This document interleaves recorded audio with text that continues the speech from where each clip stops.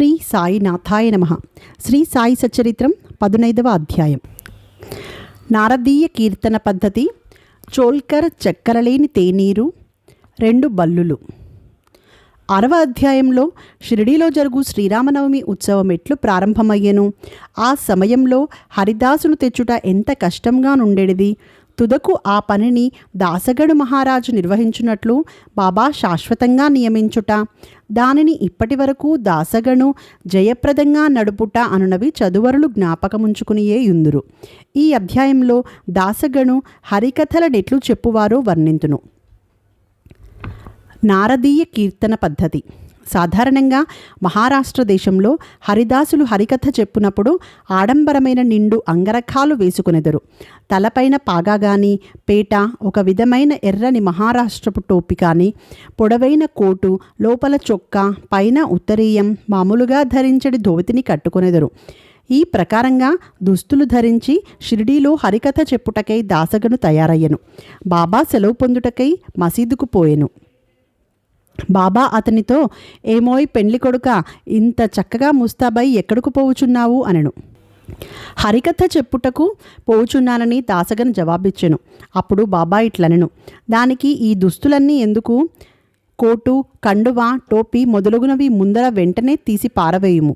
శరీరంపై ఈ అలంకారాలన్నీ ఎందుకు? వెంటనే దాసగన్ వారినన్నిటినీ తీసి బాబా పాదముల వద్ద ఉంచెను. అప్పటి నుంచి హరికథ చెప్పునప్పుడు వారిని దాసగన్ ఎన్నడూ ధరించలేదు. నడుం మొదలు తల వరకు ఏమియూ వేసుకునేవాడు కాదు. చేతిలో చిరతలు, మెడలో పూలమాల మాత్రమే ధరించడివాడు. ఇది మహారాష్ట్ర దేశంలో తక్కిన హరిదాసులు అవలంబించు పద్ధతికి వ్యతిరేకం. నారద మహర్షియే హరికథలు ప్రారంభించినవారు. వారు తలపైన గాని శరీరంపైన ఏమియూ తొడిగెడివారు కారు. చేతియందు వీణను ధరించి ఒక చోటు నుంచి ఇంకొక చోటికి హరినామ సంకీర్తనం చేయుచూ పోవువారు. చోల్కర్ చక్కెరలేని తేనీరు. పూనా, అహ్మద్నగర్ జిల్లాలలో బాబాను గూర్చి అందరికీ తెలియను. కానీ నానాసాహెబ్ చాందోర్కర్ ఉపన్యాసముల వల్లను, దాసగను హరికథల వల్లను బాబా పేరు కొంకణ దేశం అంతయు ప్రాకెను. నిజంగా దాసగను తన చక్కని హరికథల వల్ల బాబాను అనేకులకు పరిచయమునర్చెను. హరికథలు వినుటకు వచ్చిన వారికి అనేక రుచులుండును. కొందరు హరిదాసుకారి పాండిత్యమునకు సంతసించెదరు. కొందరికి వారి నటన, కొందరికి వారి పాటలు, కొందరికి హాస్యం, చమత్కారం సంతసం కలుగజేయును. కథాపూర్వమున దాసుగారు సంభాషించు వేదాంత విషయములు వినుటకు కొందరు, అసలు కథను వినుటకు కొందరు వచ్చెదరు. వచ్చిన వారిలో చాలా కొద్ది మందికి మాత్రమే భగవంతుని యందు కానీ యోగుల యందు కానీ ప్రేమ విశ్వాసములు కలుగును. కానీ దాసగను యొక్క హరికథలు వినువారల మనస్సులపై కలుగు ప్రభావం అతి సమ్మోహనకరంగా నుండెను. ఇచ్చట ఒక ఉదాహరణం ఇచ్చెదము. ఠానాలో ఉన్న కౌపినీశ్వరాలయంలో ఒకనాడు దాసగన్ మహారాజ్ హరికథ చెప్పుచూ సాయి మహిమను పాడుచుండెను. కథను వినుటకు వచ్చిన వారిలో చోల్కర్ అనునతడుండెను. అతడు పేదవాడు. ఠానా సివిల్ కోర్టులో గుమాస్తాగా పనిచేయుచుండెను. అతడు దాసగను కీర్తన అతి శ్రద్ధగా వినెను. వాని మనస్సు కరిగెను.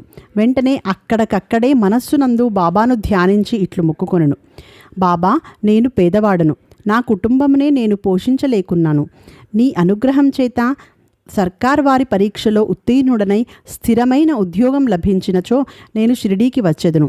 నీ పాదాలకు సాష్టాంగ నమస్కారం చేసెదను. నీ పేరున కలకండ పంచిపెట్టుదును. బాబా కృపచే చోల్కర్ పరీక్షలో పాస్ అయ్యెను. స్థిరమైన ఉద్యోగం దొరికెను. కనుక మొక్కు చెల్లించవలసిన బాధ్యత ఎంత త్వరగా తీర్చినచో అంత బాగుండుననుకొనెను. చోల్కర్ బీదవాడు. వాని కుటుంబం చాలా పెద్దది. కనుక షిరిడీ యాత్ర చేయుటకు ఖర్చు పెట్టుకుని లేకుండెను. ఎవరైనా పర్వత శిఖరంనైనా దాటవచ్చును. కానీ బీదవాడు తన ఇంటి గడపనే దాటలేని కదా లోకోక్తి. చోల్కర్ కెటులైన శ్రీ సాయి మొక్కును త్వరలో చెల్లించవలనని ఆతురత కలిగెను. కావున తన సంసారమునకు ఖర్చులను తగ్గించి కొంత పైకమును మిగుల్చవలనని నిశ్చయించుకొనెను. తేనీటిలో వేయు చక్కెరను మాని ఆ మిగిలిన ద్రవ్యమును దాచుటకు ప్రారంభించెను. ఈ విధంగా కొంత ద్రవ్యమును మిగిల్చిన పిమ్మట షిరిడీకి వచ్చి బాబా పాదములపై పడెను. ఒక టెంకాయ బాబాకు సమర్పించెను. తాను మొక్కుకున్న ప్రకారం కలకండ పంచిపెట్టెను. తన మనసులోని కోరికలన్నీయూ ఆనాడు నెరవేరినవనియూ తనకు ఎంతయో తృప్తిగానున్నదనియూ బాబాతో చెప్పెను. చోల్కర్ బాపూసాహెబ్ జో గృహమందు దిగెను. అప్పుడు వీరిరువురు మసీదులో నుండిరి. ఇంటికి పోవుటకై వారు లేచి నిలువగా బాబా జోగును పిలిచి ఇట్లనెను, నీ అతిథికి టీ కప్పులలో విరివిగా చక్కెర వేసి ఇమ్ము. ఈ పలుకులలోని భావమును గ్రహించిన వాడై చోల్కర్ మనస్సు కరిగెను. అతడు ఆశ్చర్యమగ్నుడయ్యెను. వాని కండ్లు బాష్పములచే నిండెను. తిరిగి బాబా పాదములపై పడెను. జోగు కూడా ఈ మాటలు విని టీ కప్పులలో చక్కెర ఎక్కువగా కలుపుట అను దాని భావం ఏమైయుండునా అని యోచించెను. బాబా తన పలుకులచే చోల్కర్ మనస్సునందు భక్తి నమ్మకములను కలగచేయవలనని ఉద్దేశించెను. వాని మొక్కు ప్రకారం తనకు రావలసిన కండ చక్కెర ముట్టినదనియు తేయాకు నీళ్లలో చక్కెరను ఉపయోగించకపోవుటయను రహస్య మనోనిశ్చయమును చక్కగా కనుగొనననియు చెప్పెను. బాబా ఇట్లు చెప్పనుద్దేశించెను, నా ముందర భక్తితో మీ చేతులు చాపినచో వెంటనే రాత్రింబవళ్ళు మీ చెంత నేనుండెదను. నా దేహం ఇచ్చటనున్నప్పటికీ సప్త సముద్రముల కవ్వల మీరు చేయుచున్న పనులు నాకు తెలియను. ప్రపంచమున మీకిచ్చ వచ్చిన చోటుకు పోవుడు. నేను మీ చెంతనే ఉండెదను. నా నివాస స్థలం మీ హృదయం నందే కలదు. నేను మీ శరీరంలోనే ఉన్నాను. ఎల్లప్పుడూ మీ హృదయములలోనూ సర్వజన హృదయముల యందు గల నన్ను పూజింపుడు. ఎవ్వరు నన్ను ఈ విధంగా గుర్తించెదరో వారు ధన్యులు, పావనులు, అదృష్టవంతులు. బాబా చోల్కర్కి ఎంత చక్కని ముఖ్యమైన నీతిని ఈ విధంగా బోధించను కదా. 2 బల్లులు. ఈ అధ్యాయమును 2 చిన్న బల్లుల కథతో ముగించదము. ఒకనాడు బాబా మసీదులో కూర్చుని ఉండెను. ఒక భక్తుడు బాబా ముందర కూర్చుని ఉండెను. ఒక బల్లి టిక్కు టిక్కుమని పలికెను. కుతూహలమునకై ఆ భక్తుడు బల్లి పలికిన దానికి అర్థమేమని బాబాను అడిగెను. అది శుభశకునమా లేక అశుభమా అని ప్రశ్నించెను. తన చెల్లెలు ఔరంగాబాదు నుంచి తనను చూచుటకు వచ్చునని ఆ బల్లి ఆనందించుచున్నదని బాబా పలికెను. భక్తుడు నిర్ఘాంతపోయి కిమ్మనక కూర్చుండెను. బాబా పలికిన దానిని అతడు గ్రహించలేకుండెను. కొంత తడవైన పిమ్మట ఔరంగాబాదు నుండి ఎవరో గుర్రంపై బాబా దర్శనమునకై షిరిడీకి వచ్చిరి. అతడింకనూ కొంత దూరం పోవలసి ఉండెను. కానీ వాని గుర్రం ఆకలిచే ముందుకు పోలేకుండెను. గుర్రమునకు ఉలవలు కావలసి ఉండెను.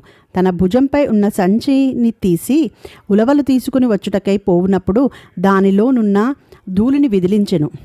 అందులో నుండి ఒక బల్లి కిందపడి అందరూ చూచుచుండగా గోడనెక్కెను. ప్రశ్నించిన భక్తునకదంతయు జాగ్రత్తగా గమనించుమని బాబా చెప్పెను.